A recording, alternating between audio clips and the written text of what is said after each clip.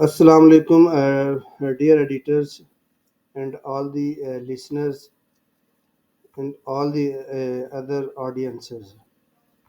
आज की इस एप्लीकेशन में वीडियो में मैं आपको बताऊंगा कि आपने अगर अपने जर्नल की एक्रेडिटेशन के लिए एचईसी में अप्लाई करना है तो कौन कौन से कंपोनेंट्स हैं इसके और आपने इनको कैसे फिल करना है। मैंने ये एक साइन इन कर लिया है। साइन इन करने के बाद डैशबोर्ड में ये आपके सामने टैब नज़र आ रही है, एक्रेडिटेशन ऑफ रिसर्च जर्नल्स। अगर आप इसको प्रेस करेंगे तो नई आपके सामने विंडो खुल जाएगी। क्योंकि मैंने ये पहले ही एप्लीकेशन सेव कर ली है, इस वजह से मैं इसी एप्लीकेशन को ओपन करूँगा। ये मेरा एडिट एप्लीकेशन का बटन है, इसको प्रेस किया मैंने। जैसे ही मैं इसको प्रेस करता हूँ तो आपके सामने एक नई विंडो ओपन हो जाती है, application form for accreditation of research journal.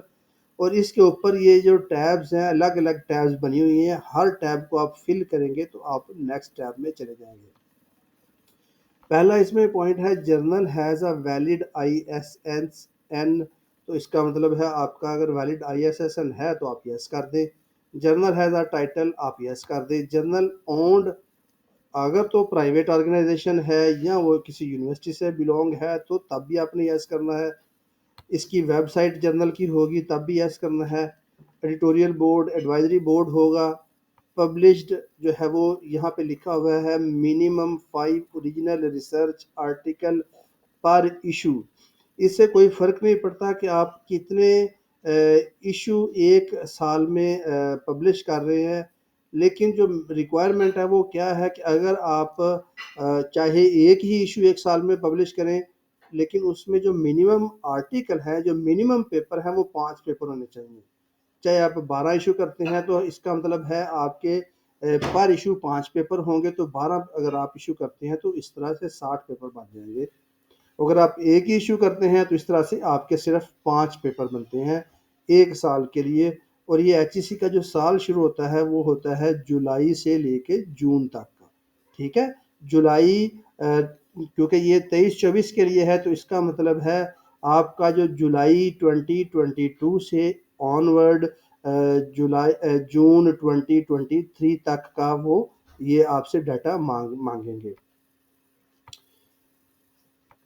Maximum की कोई लिमिट नहीं है कि आप मैक्सिमम जो है वो एडिटर पे डिपेंड करता है कि वो एक इशू में कितने पेपर पब्लिश करता है। Each article has been reviewed by at least 2 reviewers. हर आर्टिकल के 2 रिव्यूअर्स होंगे।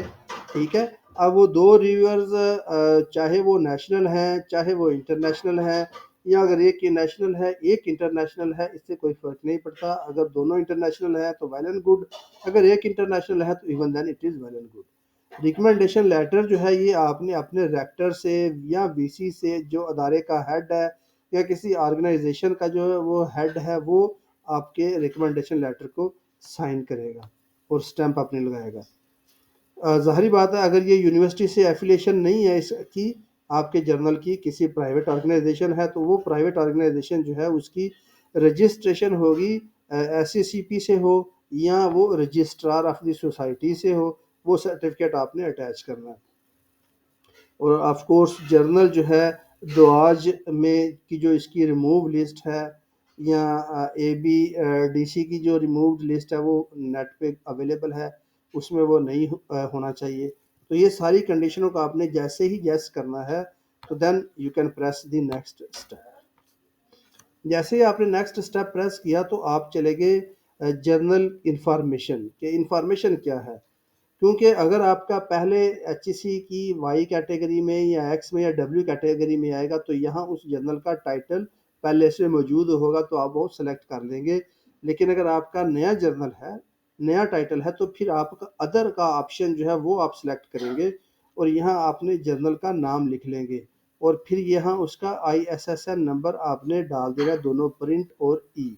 यहाँ क्योंकि इस जर्नल के पास सिर्फ ई था तो इस वजह से हमने इन दोनों जगह पे ई प्रिंट कर दिया। और ये जो लिंक है, मसलन अगर आप ISSN की वेबसाइट ओपन करें तो वहाँ पे अपना सर्च कोड में सर्च बार में अपना ये डाल दें तो आपको वहाँ पे भी हाइपरलिंक अपने जर्नल का नाम आ जाएगा। फ्रीक्वेंसी आपने सिलेक्ट कर लेनी है कि बाई एनुअली है, एनुअली है या क्वार्टरली है, या जो भी फ्रीक्वेंसी आपके पास है। और आपके जर्नल की वेबसाइट, क्योंकि अगर आपका नया है तो फिर आपको इसकी टेंशन नहीं लेनी चाहिए। यहाँ आप अपने नए जर्नल की वेबसाइट आप लिख देंगे। लेकिन अगर आपका पुराना जर्नल है तो फिर आपको वेबसाइट लिखने की ज़रूरत नहीं है, वो पहले से ही एचईसी के रिकॉर्ड में है। यहाँ आपने लिखना है कि पहला आपका जो वॉल्यूम का इशू जो है वो उसकी क्या डेट है, वो आपने यहाँ पे बता देनी है। और आज तक आपके कितने वॉल्यूम जो हैं, यानी अगर आपका एक ही साल हुआ है तो उसका मतलब है एक ही वॉल्यूम है, अगर 2 साल हो गए हैं तो 2 वॉल्यूम होंगे। और हर वॉल्यूम में अगर आपका एक-एक इशू है तो अगर एक वॉल्यूम है तो 2 इशू आपके बन जाएंगे। तो फिर यहाँ पे आपने चीफ एडिटर की इंफॉर्मेशन डालनी है और उसके बाद उसकी यूनिवर्सिटी, फिर उसका ईमेल, ठीक है, फिर उसका नंबर। इसी तरह से एडिटर की डाल दें आप इंफॉर्मेशन, मैनेजिंग एडिटर की आप डाल दें इंफॉर्मेशन, ठीक है, उसका एड्रेस डाल दें और आप उसकी सारी की सारी चीज़ें जो है वो डालते हुए चले जाएंगे, बेसिक इंफॉर्मेशन। उसके बाद आपने यहाँ पे लिख लेनी है अंडरटेकिंग। अंडरटेकिंग में ऑफ कोर्स आपका जर्नल जो है वो एसओपीज एचईसी की जो पॉलिसी है उस पर फुलफिल करता है। पहले जर्नल यहाँ पे अगर आपका है तो यस कर देंगे, अगर नहीं है तो वो आप नो कर देंगे। जेसीआर में अगर है तो यस कर देंगे वरना नो कर देंगे। मास्टर लिस्ट में भी, क्योंकि ये हमारा ये वाला जर्नल जो है फर्स्ट टाइम है तो इस वजह सब जगह पे नो नो ही आएगा। और यहाँ पे लास्ट में तो ये नो होना ही चाहिए, अगर ये आपका यस हो जाता है तो फिर आप एलिजिबल नहीं होते। ये डाउनलोड आप करें एनेक्सर। जैसे ही ये डाउनलोड करेंगे तो जो इसमें फिल इन दी ब्लैंक्स होगी उसको आपने फिल कर लेना है। जैसे ये फर्ज किया मैंने प्रेस किया बटन को तो ये डाउनलोड हो गया लेटर। तो जैसे ही ये डाउनलोड हुआ फिर आपने इसको फिल करना है, letter of recommendation for the accreditation of journal. ये टाइटल्ड की जगह पे आपने जर्नल का नेम लिख देना है और ये किस ऑर्गेनाइजेशन इसको बिलोंग करती है, कौन इसका ऑनर है, और यहाँ पे आपने अपनी इंफॉर्मेशन डालनी है और यहाँ पे अपने रेक्टर के साइन करने हैं या अदारे के हेड के साइन करने हैं और उसके बाद आपने शेयर कर देना है इस डॉक्यूमेंट को यहाँ पे इस जगह पे कि लेटर ऑफ रिकमेंडेशन आ जाएगा आपका। और अगर आपका अदारा प्राइवेट है तो यहाँ पे उसकी जगह पे आपका एससीसीपी का सर्टिफिकेट आ जाएगा। ये दोनों चीज़ें जैसे ही आप यहाँ पे डालेंगे तो तब आप नेक्स्ट स्टेप कर देंगे। नेक्स्ट स्टेप में आप चलेंगे तीसरी टैब पे जो कि अदर इंफॉर्मेशन है, जिसमें organisation having research mandate. Research mandate का मतलब ये है कि अगर तो वो यूनिवर्सिटी है तो उसके चार्टर में ऑलरेडी लिखा होता है कि इस यूनिवर्सिटी का रिसर्च मैंडेट अवेलेबल है, तो वो आप बेशक चार्टर की जो है वो फोटो साथ लेके या चार्टर का एक पेज का जो प्रिंट है वो साथ लेके आप लगा सकते हैं। वो साथ आप अपलोड कर देंगे तो इट मीन्स कि वो आपका रिसर्च मैंडेट है। या अगर आपका प्राइवेट ऑर्गेनाइजेशन है तो आपका जो ऑर्गेनाइजेशन का हेड है वो लिख सकता है लेटर हेड पे कि इसका रिसर्च मैंडेट है और ये जर्नल ये रन कर रहे हैं और नीचे वो साइन कर देगा। That's all. रेफरेंस स्टाइल आपका कौन सा है ये आपने इजीली लिख सकते हैं। फिर आपने स्कूपस आपका स्कोप और एम जो है वो आपका आपने उसका लिंक डाल देना है। हाइपर लिंक जो है वो आपने डाल देना है कि आपके जो जर्नल के जो आर्काइव है जहाँ पे आपके जो वॉल्यूम या आपके इशू पड़े हुए हैं वो वाला लिंक आपने यहाँ पे डाल देना है।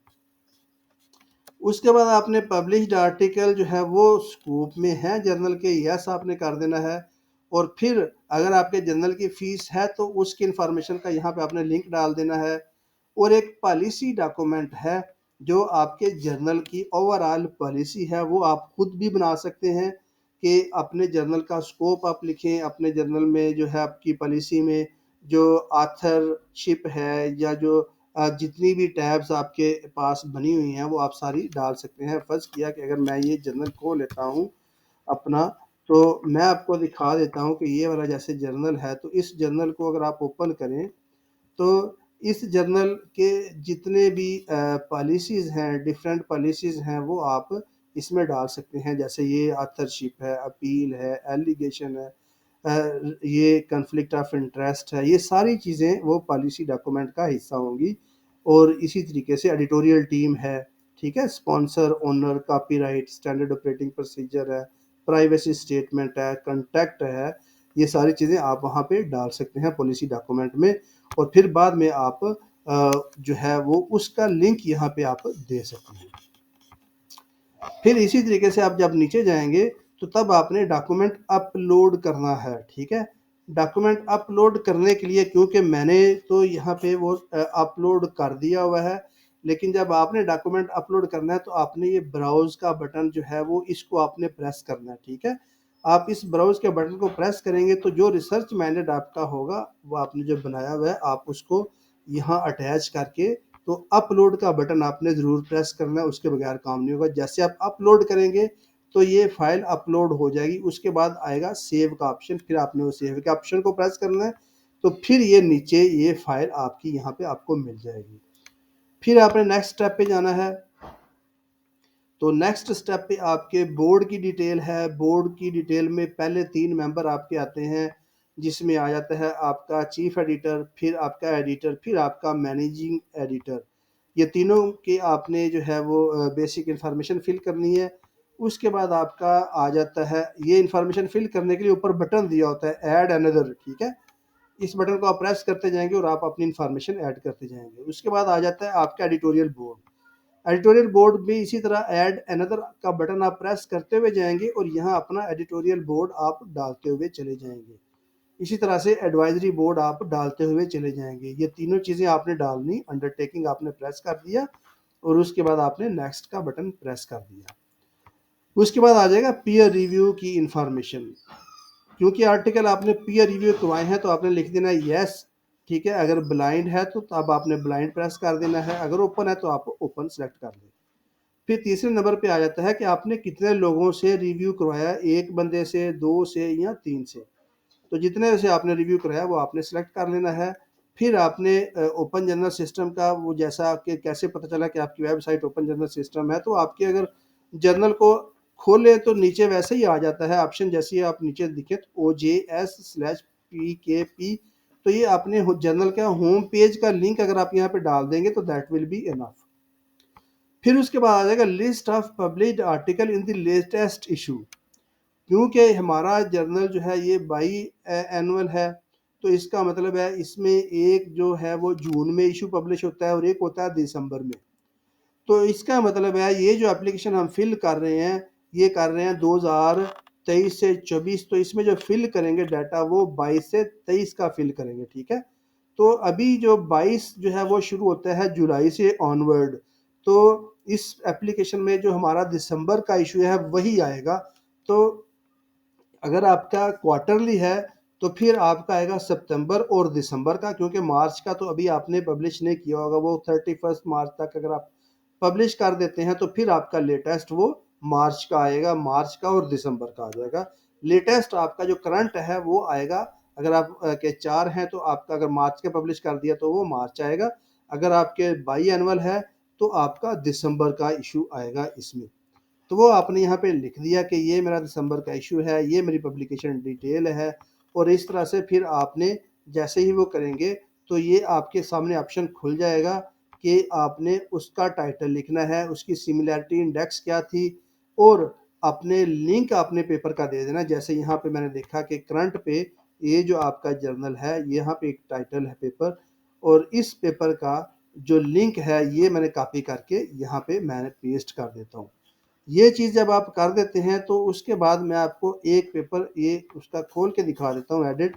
तो उसके बाद फिर वो मांगता है रिव्यूअर की डिटेल, ठीक है। रिव्यूअर डिटेल जी, ये रिव्यूअर था, ऐड रिव्यूअर आप करें, ठीक है। पहला रिव्यूअर आपने ऐड किया, उसका ईमेल दिया, कांटेक्ट नंबर नहीं मांगते HEC वाले, सिर्फ ये नेम, ईमेल और उसकी एफिलिएशन, ठीक है, कंप्लीट एड्रेस के साथ।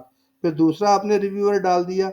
ये डालने के बाद आपने पूरी रिपोर्ट जो है वो कंप्लीट रिपोर्ट इसमें आपने डाल देनी है, जिसमें ये लिखा हुआ है complete article with review and similarity index. यानी पहले आपका आर्टिकल आएगा, फिर उसका सिमिलैरिटी इंडेक्स आएगा, फिर पहला रिव्यू, फिर दूसरा रिव्यू। ये एक आपने PDF का आप अगर यूज़ करें डॉक्यूमेंट तो वो उसको कंबाइन कर देता है। PDF में एक बटन होता है कंबाइन का, जैसे PDF आपके पास खुला है तो यहाँ पे अगर आप इसको देखें तो ये वाला कंबाइन का ऑप्शन है, इसको अगर आप प्रेस करें कंबाइन को तो ऐड फाइल करते हुए यहाँ पे 4 फाइलें आप ऐड करके यहाँ पे क्रिएट के बटन को आप प्रेस करेंगे तो ये आपकी एक पीडीएफ फाइल बना देगा और उस पीडीएफ फाइल को यहाँ पे आपने ब्राउज करके उसको सिलेक्ट कर लें और फिर ये अपलोड का बटन आपने प्रेस करना है। जैसे ही अपलोड प्रेस करेंगे तो ये अपलोड हो जाएगी। उसके बाद आएगा सेव का बटन, ठीक है। फिर आपने सेव के बटन को प्रेस करना है, तो फिर ये आपके सिस्टम में इंस्टॉल हो जाएगी, ठीक है। तो ये मैंने आपको बता दिया। इस तरह से आपके उस करंट इशू में जितने भी आर्टिकल हैं, इस प्रोसीजर को फॉलो करते हुए आपने वो सारे के सारे ऑनलाइन करने हैं। जैसे मैंने आपको पहले बताया, list of article published in previous issue before current issue, क्योंकि इस साल के लिए मैं अप्लाई कर रहा हूँ और इस साल में मेरा सिर्फ एक ही अभी इशू पब्लिश हुआ है। इस वजह से मैंने जो इशू पब्लिश हुआ है यहाँ पे भी वही लिख दिया, ठीक है। क्योंकि इससे पहले मेरा कोई इशू पब्लिश नहीं हुआ था। वो जो इशू पब्लिश हुआ था वो मेरा पिछले साल का था, जो ऑलरेडी एचईसी के पास चली गई है रिपोर्ट। दोबारा से इसको यहाँ पे अपलोड करने की ज़रूरत नहीं है। तो ये जो सेम एज अबव है, इस टैब को आपने क्लिक कर लेना है, तो इस तरह से वो आपका वो कंसिडर हो जाएगा, ठीक है। ये काम हुआ। फिर आपने करना है इसको नेक्स्ट स्टेप।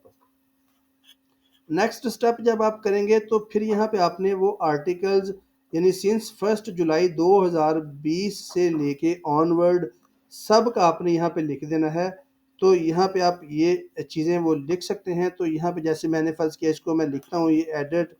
तो ये जैसे इशू वन वॉल्यूम वन, यहाँ पे आप टाइप भी कर सकते हैं। जैसे मैं टाइप करना चाहूँ तो मैं ये लिख सकता हूँ वॉल्यूम वन और बैक स्लैश, या मैं बैक स्लैश की जगह कॉमा भी डाल सकता हूँ, इशू वन, ठीक है। वॉल्यूम वन इशू वन में कितने आर्टिकल पब्लिश हुए थे, जो अपने इंस्टीट्यूट से कितने थे, ठीक है। एडिटोरियल बोर्ड के मेंबर का कोई था, इंटरनेशनल का कोई था, तो वो आप यहाँ पे करके तो आप इसको सेव करें। तो ये देखिए आपका वॉल्यूम वन इशू वन आपका आ गया।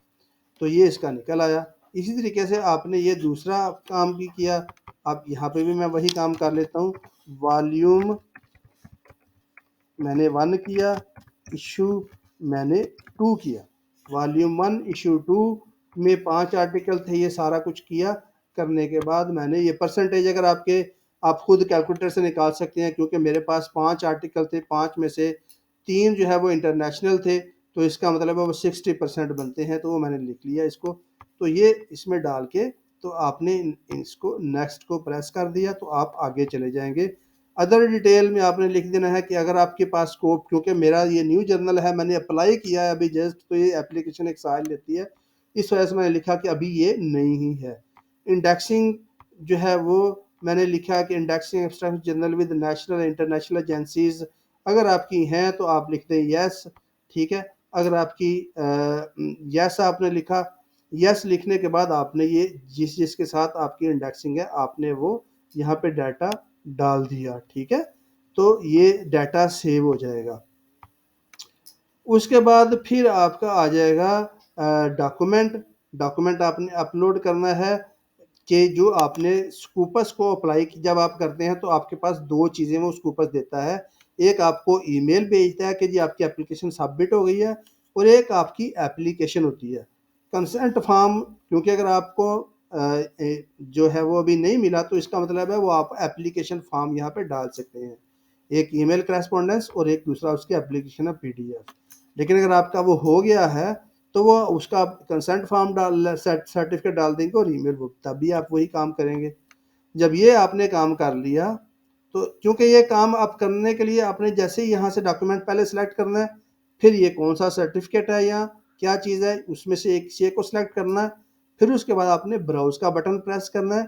फिर आपने वो डॉक्यूमेंट जहाँ पड़ा हुआ है जिस फाइल में, क्योंकि अगर मैं इसको प्रेस करता हूँ तो ये मुझे ये फाइल ले आता है, तो इसमें से जहाँ पे मेरा डॉक्यूमेंट पड़ा हुआ है उसको मैं ओके करूँगा और फिर वो अपलोड होना शुरू हो जाएगा। अब फिर मैं अपलोड का बटन प्रेस करूँगा और फिर मैं सेव का बटन प्रेस करूँगा, तो फिर ये यहाँ पे शो होगा। तो देन मैं नेक्स्ट स्टेप जो है उसको फॉलो करूँगा। क्योंकि मैं फर्स्ट टाइम अप्लाई कर रहा हूँ तो इस एक्स कैटेगरी के लिए मुझे कोई ज़रूरत नहीं है। अगर मेरा पहले से वाई कैटेगरी में है तो मैं इसको इन्हांस करना चाहता हूँ, तो फिर मैं यहाँ पे ये इन्फॉर्मेशन फिल करूँगा कि कौन सी एजेंसी के साथ मेरी इंडेक्सिंग है। यहाँ पे उसका प्रूफ और ऐड एजेंसी आप कर देंगे। और published peer reviewed by well reputed international expert in relevant field, तो वो वहाँ पे भी आप सिस्टम ये सारा डाल देंगे, ये सारी चीज़ें डाल देंगे और डॉक्यूमेंट आप अपलोड कर देंगे। फिर आप नेक्स्ट स्टेप में चले जाएंगे। तो नेक्स्ट स्टेप में अगर कोई आप फ़ी ले रहे हैं तो यहाँ पे आप फिल आउट कर देंगे उसकी, अगर नहीं ले रहे तो फिर आप 0 कर देंगे। यहाँ पे अपना अपना अकाउंट नंबर आप लिख देंगे और फिर इसी तरीके से आप जो डिमांड कर रहे हैं वो आप यहाँ पे लिख देंगे और जस्टिफिकेशन साथ लिख देंगे कि हम क्यों डिमांड कर रहे हैं, उसकी ये रिक्वायरमेंट है। फिर आप नेक्स्ट स्टेप कर देंगे। नेक्स्ट स्टेप करने के बाद आपने किया अंडरटेकिंग। अंडरटेकिंग के बाद आपने ये सारी की सारी एप्लीकेशन करनी है डाउनलोड। डाउनलोड करने के बाद आपने जो इसका लास्ट पेज है, जैसे मैं अगर इसको डाउनलोड करूँगा तो इसका जो लास्ट पेज होगा आपने उसको साइन करना है। साइन करने के बाद जैसे ये हमारा साइंड एप्लीकेशन फॉर्म यहाँ पे है, तो इसको मैंने जो है वो डाउनलोड करके इसको अपलोड यहाँ पे कर दिया है, ताकि ये सारा कुछ जो है यहाँ पे ये देखिए आपने साइन कर दिया, सिग्नेचर स्टैंप सारा कुछ आपने कर दिया अपने डॉक्यूमेंट को। ठीक है, तो इस तरह से फिर आप अपने सिस्टम में देखेंगे कि आपका सारी चीज़ें ठीक है। ये सब काम करने के बाद आपने या तो सेव कर ले, सेव का बटन प्रेस कर देंगे तो सेव भी हो जाएगी। अगर आप बाद में सबमिट करवाना चाहें तो बाद में भी आप कभी भी एडिट कर सकते हैं, क्योंकि जैसे मैंने आपके सामने सारी फिल कर ली है तो मैं सबमिट का बटन प्रेस करूंगा तो आप ये सामने आ जाएगा, are you sure you want to submit the application, तो आप सबमिट का बटन प्रेस कर देंगे तो यहाँ पे आपके डैशबोर्ड में क्या आ गया, एप्लीकेशन सबमिटेड। तो इस होल प्रोसेस में डियर रिव्यूअर आपको आपने देखा कि कितना कम टाइम जो है वो आपको लगा, यानी इतने कम टाइम में आपने पूरा का पूरा एप्लीकेशन फिलअप कर लिया। आपको पता भी चल गया कि कौन कौन से डॉक्यूमेंट है, जिन लोगों ने पूरी एप्लीकेशन से गो थ्रू नहीं हुए तो उनको ये पूरा एप्लीकेशन का पता चल गया कि कौन कौन से डॉक्यूमेंट चाहिए आपको, ताकि वो पहले से डॉक्यूमेंट बना लें। अगर आपको वीडियो अच्छी लगी तो आप कमेंट करें, अगर आप को कोई क्वेश्चन है तो यू आर अगेन वेलकम, आप वीडियो के नीचे अपने कमेंट लिख सकते हैं तो हम आपके क्वेश्चंस को आंसर करेंगे। Thank you for watching the video.